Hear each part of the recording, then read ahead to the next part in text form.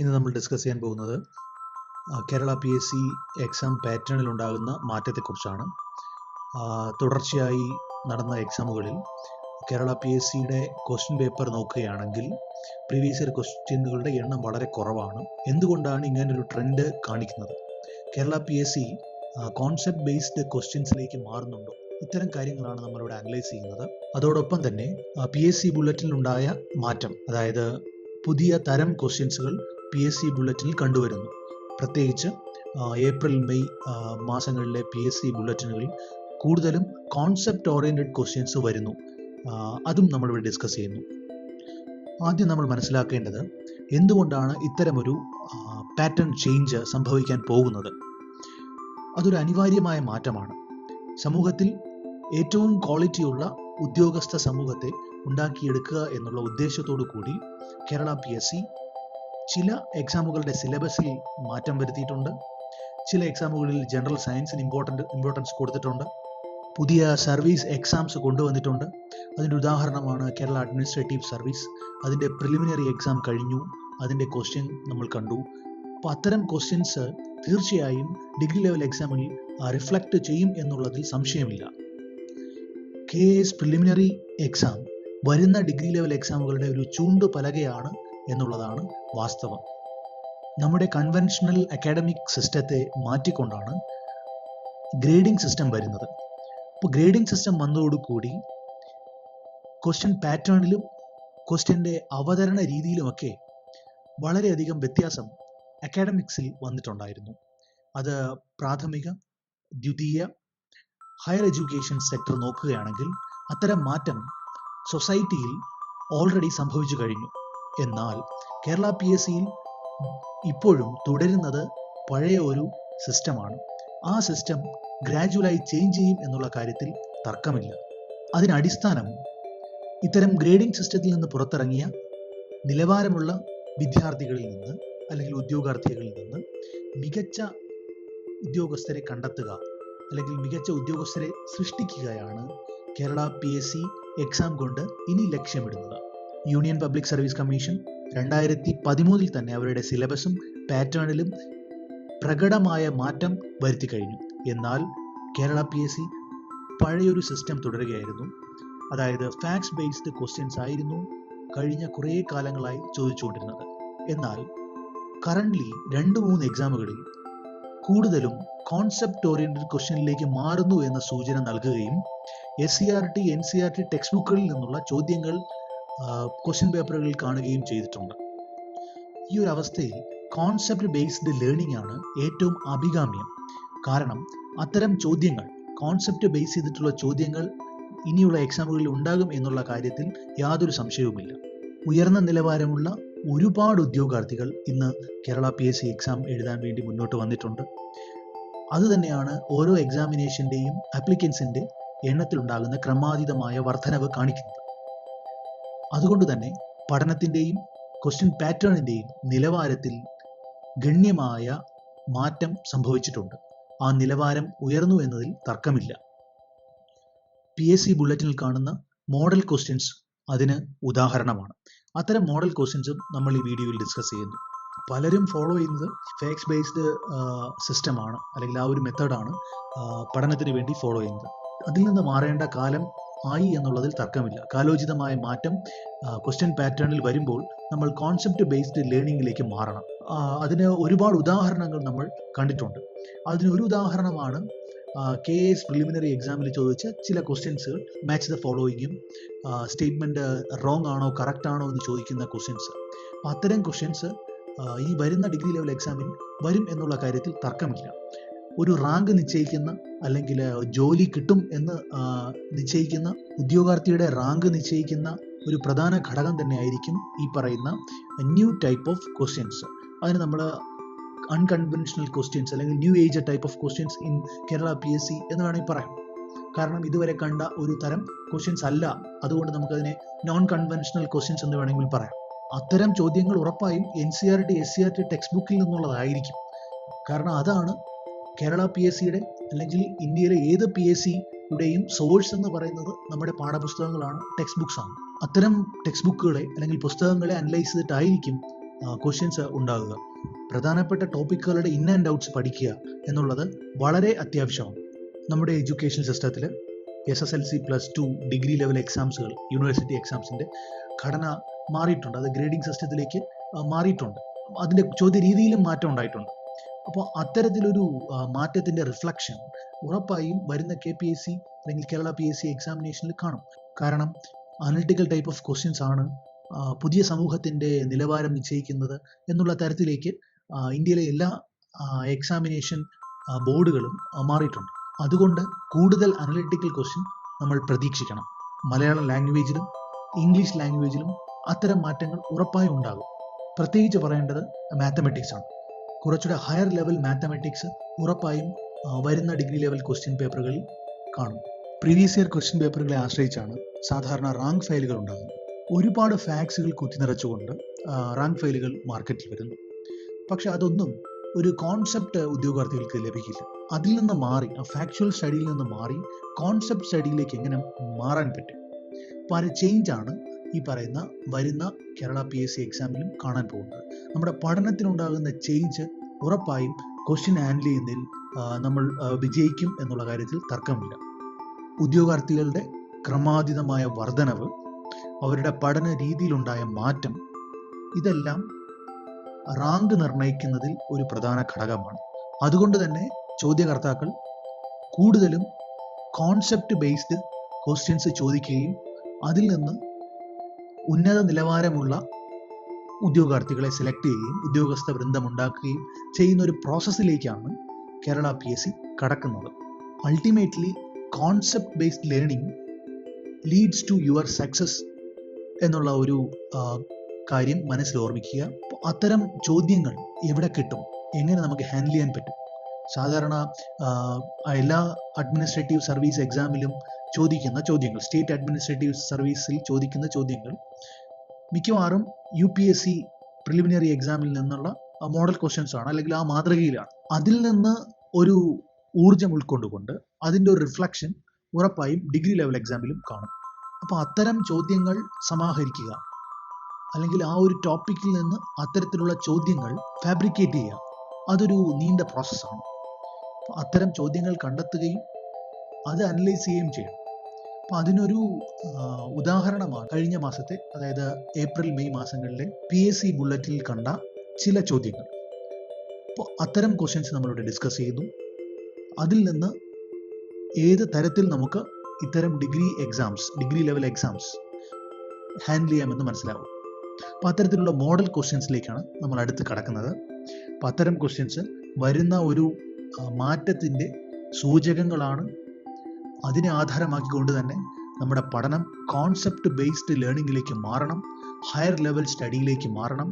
Malayalam, English, maths പോലുള്ള സബ്ജക്റ്റുകൾ അതിൻ്റെ higher ലെവലിലേക്ക് എത്തുകയും മറ്റ് സോഷ്യൽ സയൻസ് സബ്ജക്റ്റുകൾ അനലിറ്റിക്കൽ ടൈപ്പിലേക്ക് മാറുകയും ചെയ്യുന്ന ഒരു സ്ഥിതിവിശേഷത്തിലാണ് നമ്മൾ പോയിക്കൊണ്ടിരിക്കുന്നത്. ചില മോഡൽ ക്വസ്റ്റ്യൻസിലേക്ക് നമുക്ക് നോക്കാം. അത്തരം ക്വസ്റ്റ്യൻസ് ചോദിക്കുമെന്ന് പ്രതീക്ഷിക്കാം. അതൊരു ചൂണ്ടുപലകയാണ് ആ ടൈപ്പ് ഓഫ് ക്വസ്റ്റ്യൻസ്.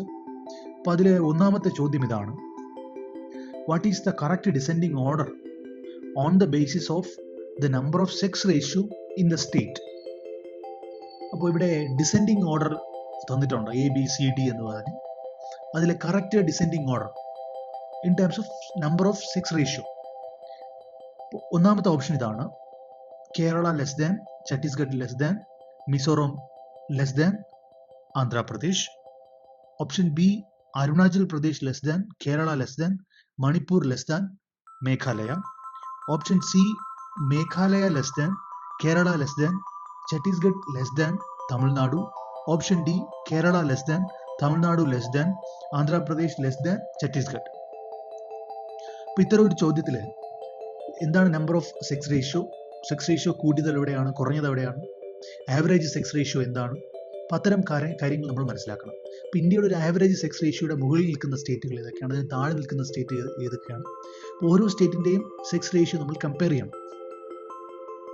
അപ്പോൾ ഇവിടെ തന്നിരിക്കുന്നതിൽ സദേൺ സ്റ്റേറ്റ് ഉണ്ട്, അതുപോലെ നോർത്ത് ഈസ്റ്റ് സ്റ്റേറ്റ് ഉണ്ട്.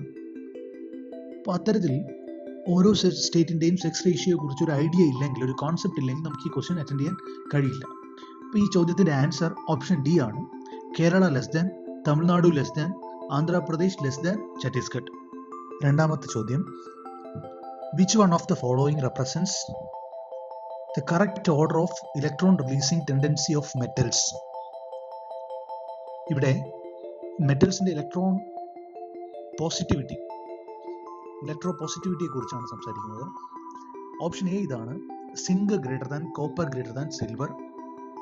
Option B, silver greater than copper greater than zinc. Option C, copper greater than zinc greater than silver. Option D, copper greater than silver greater than zinc. അപ്പോൾ ഇതിൽ ഏറ്റവും കൂടുതൽ electropositivity ഉള്ളത് സിങ്കിനാണ്. നമുക്കറിയാം, മെറ്റൽസിൻ്റെ physical property ഉണ്ട്, chemical property ഉണ്ട്. Electron releasing tendency of metal അറിഞ്ഞിരിക്കണം. അതുപോലെ തന്നെ മെറ്റൽസിൻ്റെ physical property like ductility, brittleness, malleability, resilience തുടങ്ങിയ ഫിസിക്കൽ പ്രോപ്പർട്ടീസ് കൂടെ അറിഞ്ഞിരിക്കണം. അപ്പോൾ അത്തരം മേഖലകളിൽ നിന്ന്, മെറ്റൽസ് എന്ന് പറയുന്ന കോൺസെപ്റ്റിൽ നിന്ന് ക്വസ്റ്റ്യൻസ് ഉണ്ടാകാം. പീരിയോഡിക് ടേബിളിൽ മെറ്റൽസ് എവിടെയാണ്, നോൺ മെറ്റൽസ് എവിടെയാണ്, അപ്പോൾ അങ്ങനെയുള്ള കോൺസെപ്റ്റ് മനസ്സിലാക്കിയാൽ ഇത്തരം ചോദ്യങ്ങൾക്ക് ആൻസർ ചെയ്യാം. അപ്പോൾ ഈ ക്വസ്റ്റ്യൻ ആൻസർ ഓപ്ഷൻ എ ആണ്, zinc greater than copper greater than silver. അടുത്ത ചോദ്യം, the provisions of the 5th schedule of the constitution of India shall not apply to the administration and control of the scheduled areas and scheduled tribe. Statement 1, Chhattisgarh, Jharkhand and Odisha. 2, Assam and Tripura. 3, Meghalaya and Mizoram. Select the correct answer using the code given below. Option A, 1 only. Option B, 1 and 2 only. Option C, 2 and 3 only. Option D, 1, 2 and 3. ഇപ്പോൾ 5th schedule എന്തിനെ കുറിച്ചാണ് സംസാരിക്കുന്നത്? Scheduled tribe, scheduled areas ഏതൊക്കെയാണ് എന്ന് identify ചെയ്യണം. ഇപ്പോൾ ഷെഡ്യൂളിനെ കുറിച്ച്, കോൺസ്റ്റിറ്റ്യൂഷനിലെ ഷെഡ്യൂൾസിനെ കുറിച്ച് കൃത്യമായൊരു കോൺസെപ്റ്റ് ഉണ്ടെങ്കിൽ ഈ ചോദ്യത്തിൻ്റെ ആൻസർ എഴുതാം. ഇതിൻ്റെ ആൻസർ ഓപ്ഷൻ സി ആണ്, 2 and 3 ഓൺലി.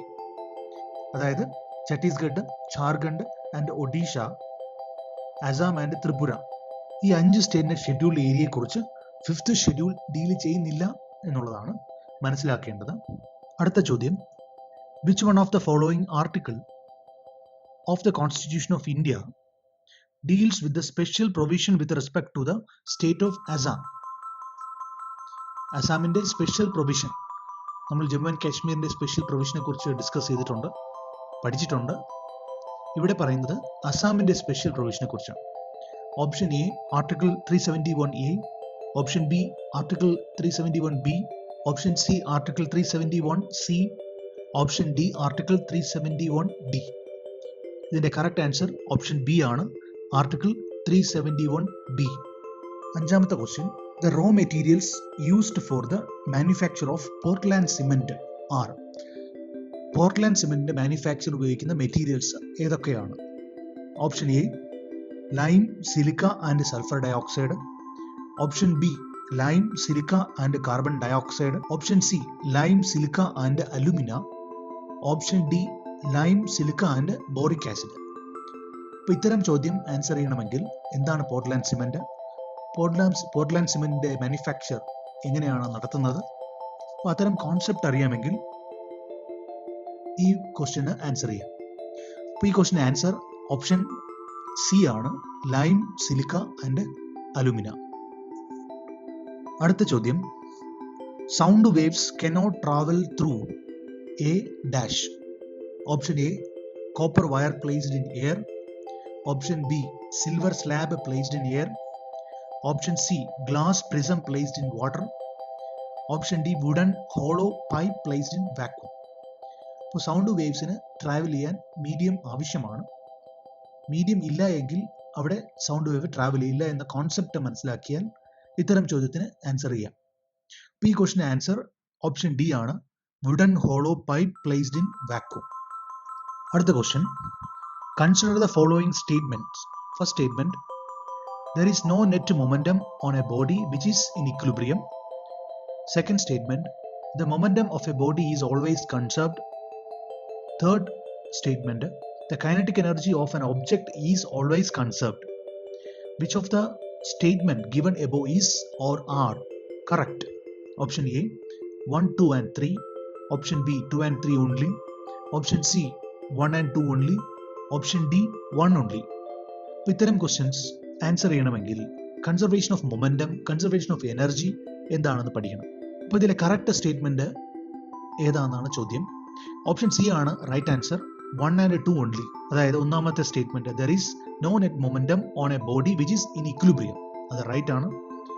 അതുപോലെ the momentum of a body is always conserved, അതും ശരിയാണ്.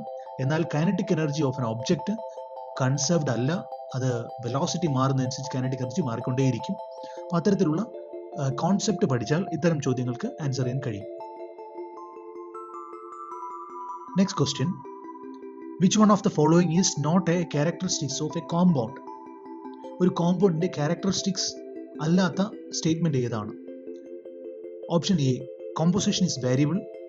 Option B, all particles of a compound are only one type. Option C, particles of compound have 2 or more elements. Option D, its constituents cannot be separated by simple physical method. ഇതിൽ option A ആണ് right answer. Composition is variable എന്ന് പറയുന്നത് ഒരു കോമ്പൗണ്ടിന്റെ characteristics അല്ല, composition definite ആയിരിക്കും. അടുത്ത ചോദ്യം, consider the following tributaries of river Ganga. ഒന്നാമത്തത് Gandak, 2 Kosi, 3 Ghaghra, 4 Gomti. Which one of the following is the correct order of the above river from east to west? East to വെസ്റ്റിലേക്ക് പോകുന്ന ഓർഡറിൽ ഈ പറയുന്ന ട്രിബ്യൂട്ടറീസിനെ അറേഞ്ച് ചെയ്യണം. ഏതാണ് ഈസ്റ്റിലെ റിവർ, ഏതാണ് വെസ്റ്റിലൂടെ പോകുന്ന റിവർ എന്ന് ഐഡന്റിഫൈ ചെയ്യണം. അപ്പോൾ ഈസ്റ്റ് ടു വെസ്റ്റ് ആണ് റിവറിന്റെ ഓർഡർ അറേഞ്ച് ചെയ്യേണ്ടത്. Option A 3, 4, 1, 2. Option B, option A 3, 4, 1, 2. Option B 2, 1, 3, 4. Option C 2, 3, 1, 4. Option D 1, 2, 4, 3. ഇവിടെ ഓപ്ഷൻ ബി ആണ് correct answer, 2, 1, 3, 4. Kosi, Gandak, Ghaghra, Gomti. East to west എടുക്കുമ്പോൾ റിവറിന്റെ ഓർഡർ ഇങ്ങനെയാണ്: കോസി, ഖണ്ഡക്, ഘാഗ്ര, ഗോംതി. അടുത്ത question, which one of the following substance causes temporary hardness of water? Which one of the following substance causes temporary hardness in water? Option, ഒന്നാമത്തെ compound magnesium bicarbonate, 2 calcium bicarbonate, 3 calcium chloride, 4 magnesium sulphite. Option A 3 and 4. Option B 2 and 3. Option C 1 and 4. Option D 1 and 2. Answer option D ആണ്, 1 and 2. Magnesium bicarbonate and calcium bicarbonate ആണ് temporary ഹാർഡ്നെസ്സിന് കാരണം. Next question, how inflation affect the price of the commodities? Option A, price of the commodities decreases. Option B, price of the commodities increases. Option C, no effect. Option D, first the price decreases, later on increases. ഈ ചോദ്യത്തിന്റെ correct answer, price of the commodities increases.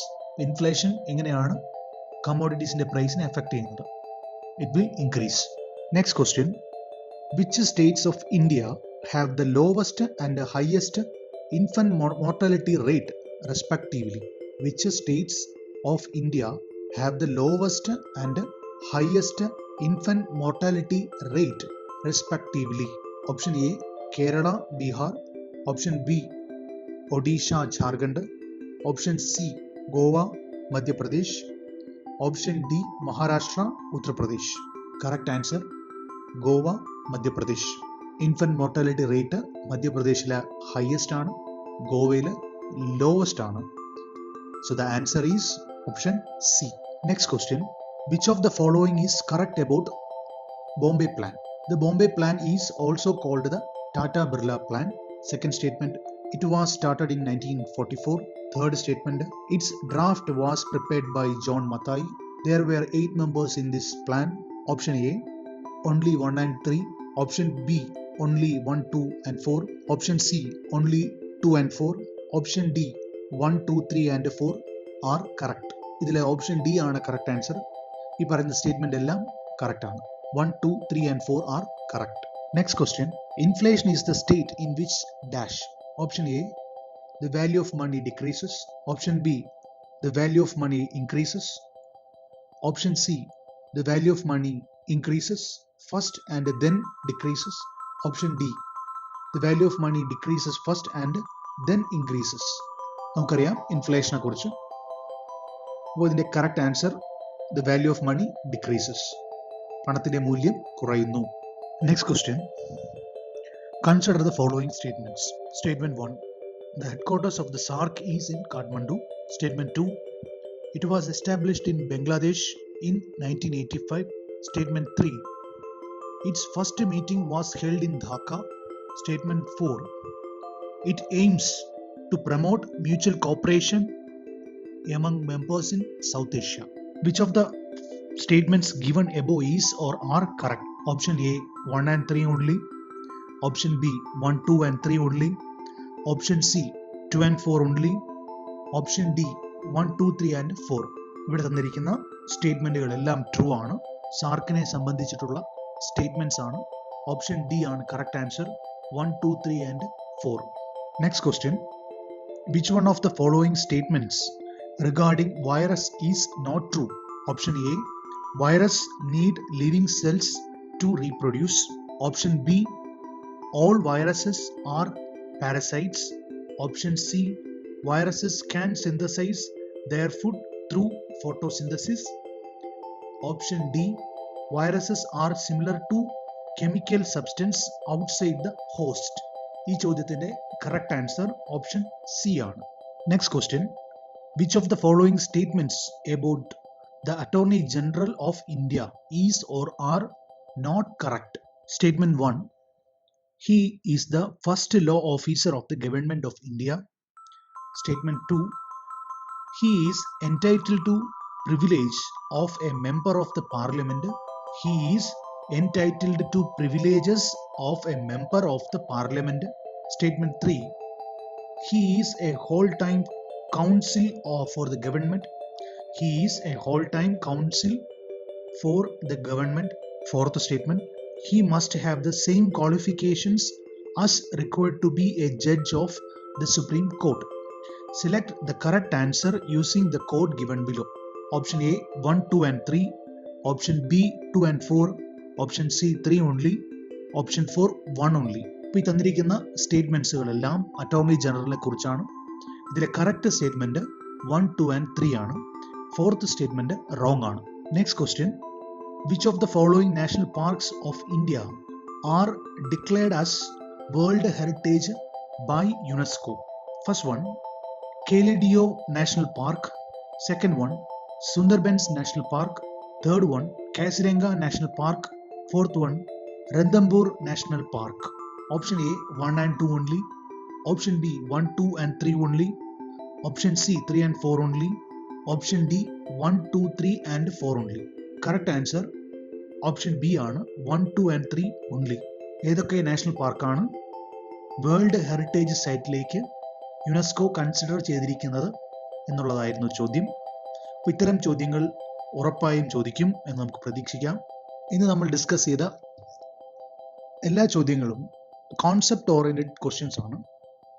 ഈ questions എല്ലാം നമുക്ക് കഴിഞ്ഞ PSC ബുള്ളറ്റിനിൽ വ്യക്തമായി കാണാൻ കഴിയും. അതിനർത്ഥം വരുന്ന PSC എക്സാംസ് തീർച്ചയായും ഇതിൻ്റെ ഒരു റിഫ്ലക്ഷൻ ഉണ്ടായിരിക്കും. കൂടുതൽ analytical questions Kerala PSC select ചെയ്യുന്നത് യൂണിയൻ പബ്ലിക് സർവീസ് കമ്മീഷൻ്റെ കഴിഞ്ഞകാല പ്രിലിമിനറി എക്സാമിനേഷൻ്റെ മാതൃകയിലാണ്. അതിൻ്റെ ഒരു റിഫ്ലക്ഷൻ നമ്മൾ കേരള അഡ്മിനിസ്ട്രേറ്റീവ് സർവീസിൻ്റെ പ്രിലിമിനറി എക്സാമിനേഷന് കണ്ടു. ആ ഒരു ട്രെൻഡ് തുടരാനുള്ള എല്ലാ സാധ്യതയും ഇന്ന് നിലനിൽക്കുന്നു. അപ്പോൾ പഠനം കുറച്ചുകൂടെ കോൺസെപ്റ്റ് ഓറിയൻറ്റഡിലേക്ക് മാറണം എന്നുള്ള സൂചന ഉദ്യോഗാർത്ഥികൾക്ക് കൊടുക്കാൻ വേണ്ടിയിട്ടാണ് KS മെൻറ്റർ ഇത്തരമൊരു വീഡിയോ ലെക്ചർ സീരീസിലേക്ക് കടക്കുന്നത്. അതിന് നമ്മൾ ആധാരമായി എടുക്കുന്നത് PSC ബുള്ളറ്റിനിലെ റീസെൻ്റ് മോഡൽ ക്വസ്റ്റ്യൻസും കഴിഞ്ഞകാല സെക്രട്ടേറിയറ്റ് യൂണിവേഴ്സിറ്റി അസിസ്റ്റൻ്റ് ക്വസ്റ്റ്യൻസും പിന്നെ VEOയിലെ ചില ടെക്സ്റ്റ് ബുക്കിലെ ക്വസ്റ്റ്യൻസുമാണ്. അതിലൂടെ ഒന്ന് കണ്ണോടിച്ചാൽ നമുക്ക് മനസ്സിലാകുന്നത് പുസ്തകങ്ങളെ PSC ആശ്രയിക്കുന്നു എന്ന് മാത്രമല്ല, അതിൽ നിന്ന് എങ്ങനെയാണ് ഒരു അനലിറ്റിക്കൽ ക്വസ്റ്റ്യൻസ് ഉണ്ടാക്കുന്നത്, അതെങ്ങനെ ഉദ്യോഗാർത്ഥികൾ ആൻസർ ചെയ്യും എന്നുള്ള തരത്തിൽ കേരള PSC ചിന്തിച്ചു തുടങ്ങിയിരിക്കുന്നു. അതിനർത്ഥം കോൺസെപ്റ്റ് മനസ്സിലാക്കി പഠിക്കുന്ന ഉദ്യോഗാർത്ഥികളെ ഉദ്യോഗസ്ഥ തലത്തേക്കും അതിലുയർന്ന ഉദ്യോഗത്തിലേക്കും കൊണ്ടുവരിക ഒരു അജണ്ടയായി കേരള PSC കൺസിഡർ ചെയ്യുന്നു എന്ന് വ്യക്തമാണ്.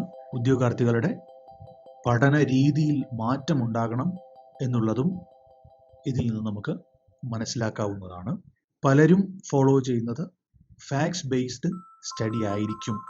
എന്നാൽ KSന് തയ്യാറെടുത്ത ഭൂരിപക്ഷം ആൾക്കാരും ഫോളോ ചെയ്തത് കോൺസെപ്റ്റ് ഓറിയന്റഡ് സ്റ്റഡിയാണ്. അത് തന്നെയായിരിക്കും ഡിഗ്രി ലെവൽ എക്സാമിലും റിഫ്ലക്റ്റ് ചെയ്യുക.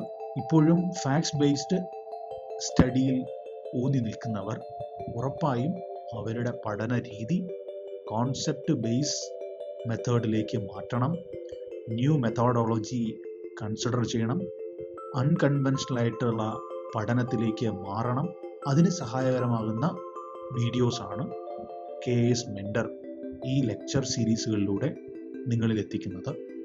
എങ്ങനെ NCERT SCERT text book handle ചെയ്യാം, അതിൽ ചോദിക്കുന്ന ടോപ്പിക്കുകൾ ഏതാണ്, അത്തരം പ്രോബ്ലംസ് എങ്ങനെ ടാക്കിൾ ചെയ്യാം എന്നൊക്കെ നമ്മൾ വരുന്ന വീഡിയോസിൽ ഡിസ്കസ് ചെയ്യും.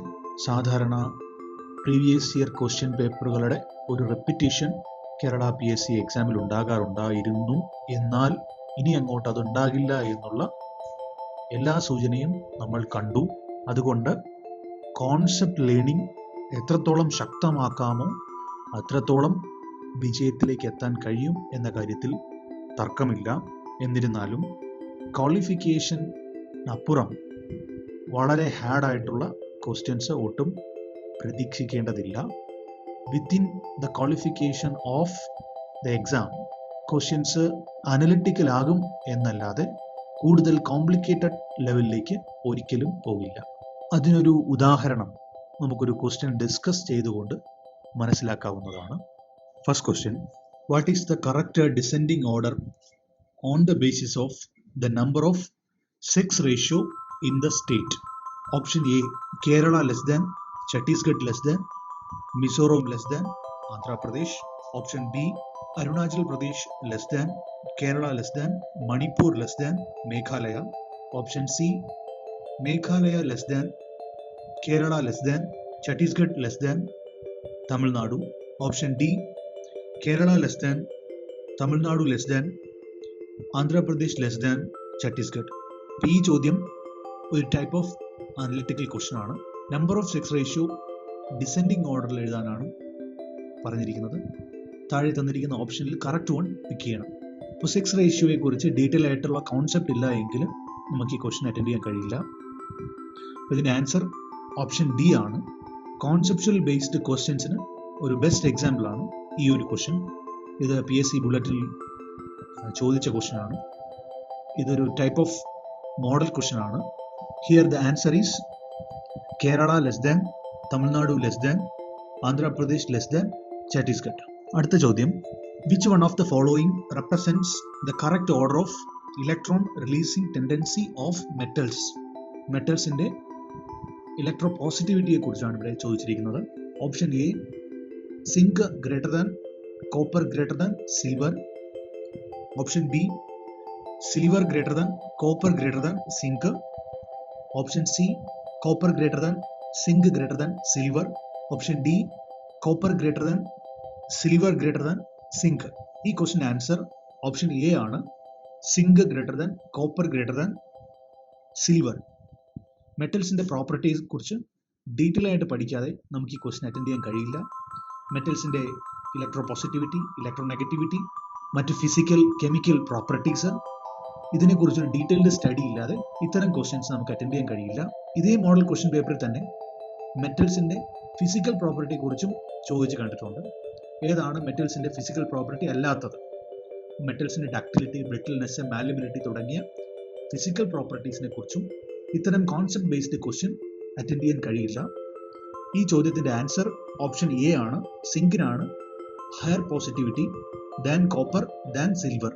Zinc greater than copper greater than silver. Third question, the provisions of the fifth schedule of the Constitution of India shall not apply to the administration and control of the scheduled areas and scheduled tribes in first statement Chhattisgarh, Jharkhand and Odisha. Second, Assam and Tripura. Third, Meghalaya and Mizoram. Question ഇതാണ്, select the correct answer using the code given below. Option A 1 only, option B 1 and 2 only, option C 2 and 3 only, option D 1, 2, 3. ഈ ഒരു question PSC ബുള്ളറ്റിൽ ചോദിച്ച് കണ്ടിരിക്കുന്ന question ആണ്. ഇതൊരു model question ആണ് four degree level exam. ഈ question attempt ചെയ്യണമെങ്കിൽ scheduled 5നെ കുറിച്ച്, കോൺസ്റ്റിറ്റ്യൂഷനിലെ 5ാം ഷെഡ്യൂളിനെ കുറിച്ച് വ്യക്തമായൊരു ധാരണ ഉണ്ടായിരിക്കണം. അപ്പോൾ ഇത്തരം ചോദ്യങ്ങൾ വരുന്ന കേരള PSC എക്സാംസിൻ്റെ ക്വസ്റ്റ്യൻസിൻ്റെ ഒരു റിഫ്ലക്ഷൻ ആണ്. തീർച്ചയായും ഇതിൻ്റെ ഒരു ആവർത്തനം നമുക്ക് വരുന്ന എക്സാമുകളിൽ കാണാൻ കഴിയും. കാരണം നമ്മൾ കോൺസെപ്റ്റ് ബേസ്ഡ് ലേണിംഗിലേക്കാണ് പോയിക്കൊണ്ടിരിക്കുന്നത്. ഇതുമായി റിലേറ്റ് ചെയ്ത ടോപ്പിക് വൈസ് അനാലിസിസ് വരുന്ന വീഡിയോ ലെക്ചർ സീരീസിൽ നമുക്ക് കാണാൻ കഴിയും. നിങ്ങളുടെ അഭിപ്രായങ്ങളും നിർദ്ദേശങ്ങളും കമൻറ്റ് ചെയ്യുക. അതനുസരിച്ച് നമ്മൾ പുതിയ വീഡിയോ ലെക്ചർ സീരീസ് ഫാബ്രിക്കേറ്റ് ചെയ്യുന്നു.